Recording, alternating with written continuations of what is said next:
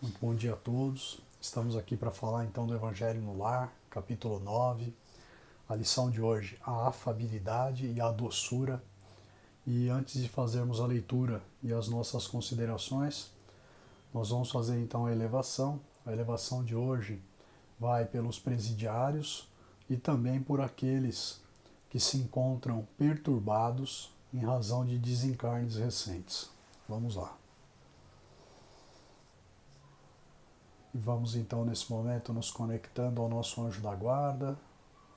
Vamos agradecendo a esse amigo de todas as horas por ter estado conosco, nos auxiliado, nos guiado os passos.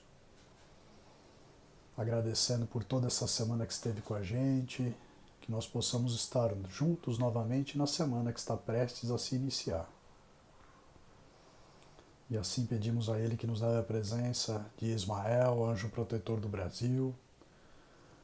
E diante de Ismael, agradecidos, pedimos que continue a nos trazer o Evangelho para que nós possamos ir nos melhorando cada dia e cada vez mais. Agradecidos a Ismael, caminhamos em direção a Paulo de Tarso e Maria de Magdala, nossos exemplos de reforma íntima. A esses irmãos, pedimos a eles que nos apoiem, nos mandem energias positivas para que nós também possamos imitar os passos do Cristo Jesus.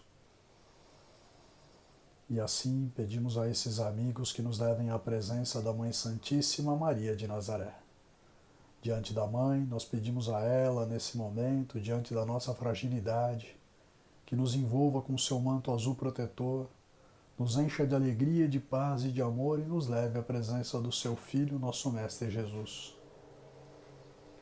Jesus, Divino Mestre, nós nos ajoelhamos espiritualmente diante de Ti, Senhor. Te agradecemos, Mestre, por esta oportunidade de aprendizado na carne.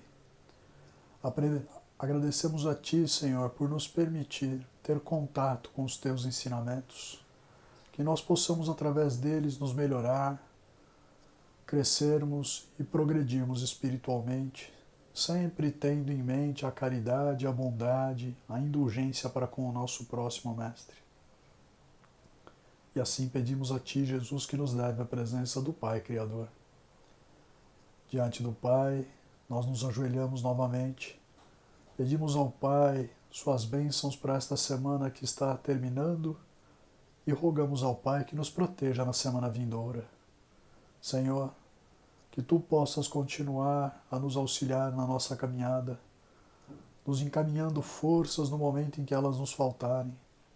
Que nós possamos continuar acreditando na humanidade, na bondade, na caridade, na fraternidade acima de tudo.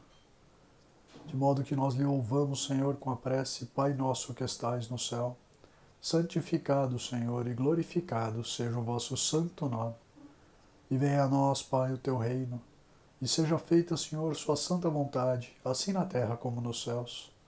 O pão nosso de cada dia que nos dai hoje. Perdoa, Pai, as nossas dívidas, assim como nós perdoamos aos nossos devedores. E não nos deixeis, Senhor, cairmos em tentação, mas livra-nos, Pai, de todo mal, porque vosso é o reino, é o poder e a glória por toda a eternidade, Senhor. E assim, elevados que estamos, pedimos ao Pai Criador, a Jesus e aos nossos benfeitores que nos levem à presença dos amigos espirituais que trabalham e auxiliam o Dr. Bezerra de Menezes. E diante desses amigos, nós depositamos as nossas melhores energias de paz, de amor e de luz, pedindo ao Senhor que esta vibração maravilhosa chegue ao coração de todos aqueles que se encontram em prisões, em todas as partes do mundo. Senhor, que estas energias positivas cheguem ao coração daqueles que se encontram aprisionados, que os façam refletir sobre aquilo que os levou até ali, que traga algum acalento para a modificação dos seus rumos, que eles possam passar a seguir ao Mestre Jesus doravante, Senhor. Nós renovamos então essa energia, pensando numa energia na cor rosa, nas cores amarela, verde claro, que essas energias saiam dos nossos corações, e possam chegar nesse momento a todos aqueles que sofreram recentes desencarnes, Senhor. Que os nossos irmãos possam entender este novo momento, esta nova jornada da vida, a do plano espiritual, já que não se encontram mais ligados ao corpo carnal. Que possam receber essas notícias sem a raiva, sem mágoas, e que possam se deixar conduzir, Pai, para colônias de refazimento e de regeneração, onde possam receber todo o carinho, para que possam se regenerar. Graças a Deus e graças a Jesus.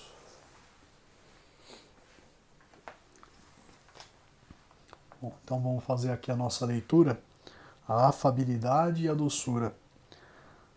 A benevolência para com os semelhantes, fruto do amor ao próximo, produz a afabilidade e a doçura que lhes são a manifestação. Entretanto, não é preciso se fiar sempre nas aparências. A educação e a civilidade do mundo podem dar o verniz dessas qualidades.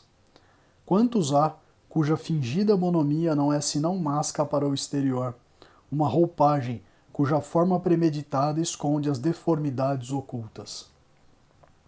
O mundo está cheio dessas pessoas que têm o sorriso nos lábios e o veneno no coração, que são brandas contanto que nada as machuque, mas que mordem a menor contrariedade, cuja língua dourada, quando falam face a face, se transmuda em dardo envenenado quando estão por detrás.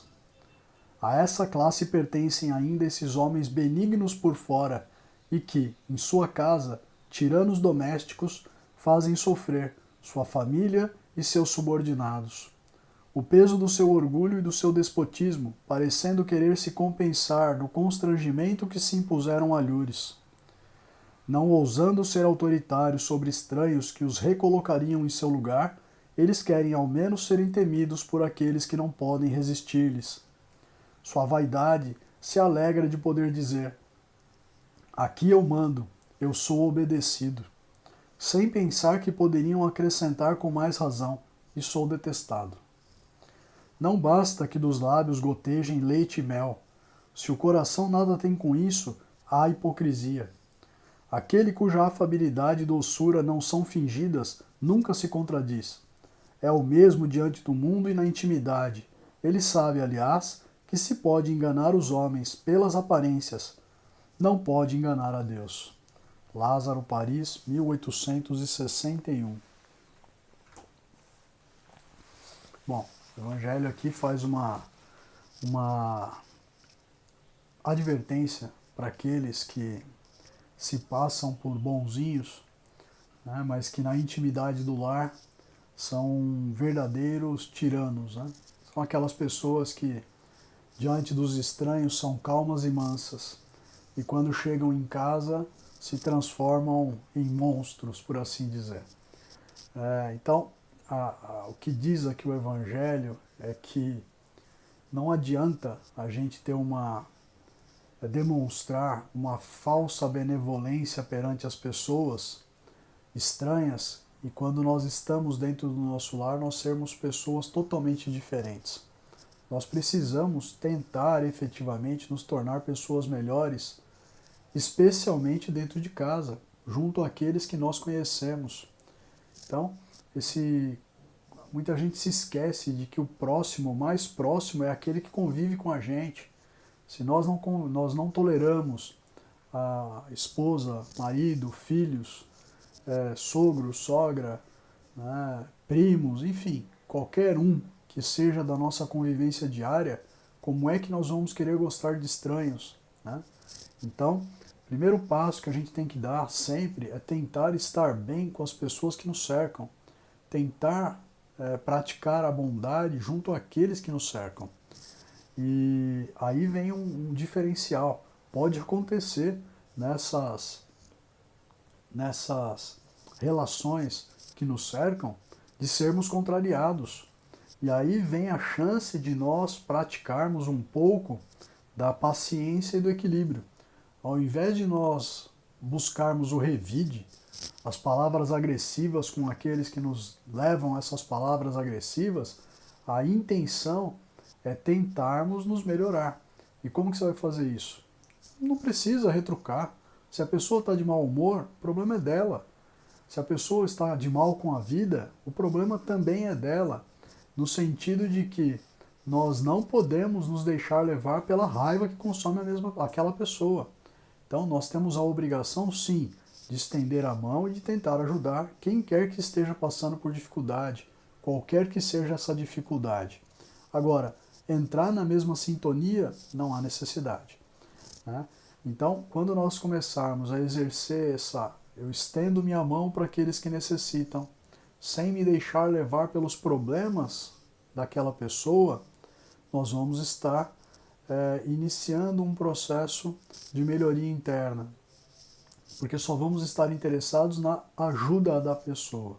Se nós não pudermos ajudar e a pessoa estiver agressiva e nos ofender, tudo bem, faz parte, porque quem vai continuar com o problema é a pessoa.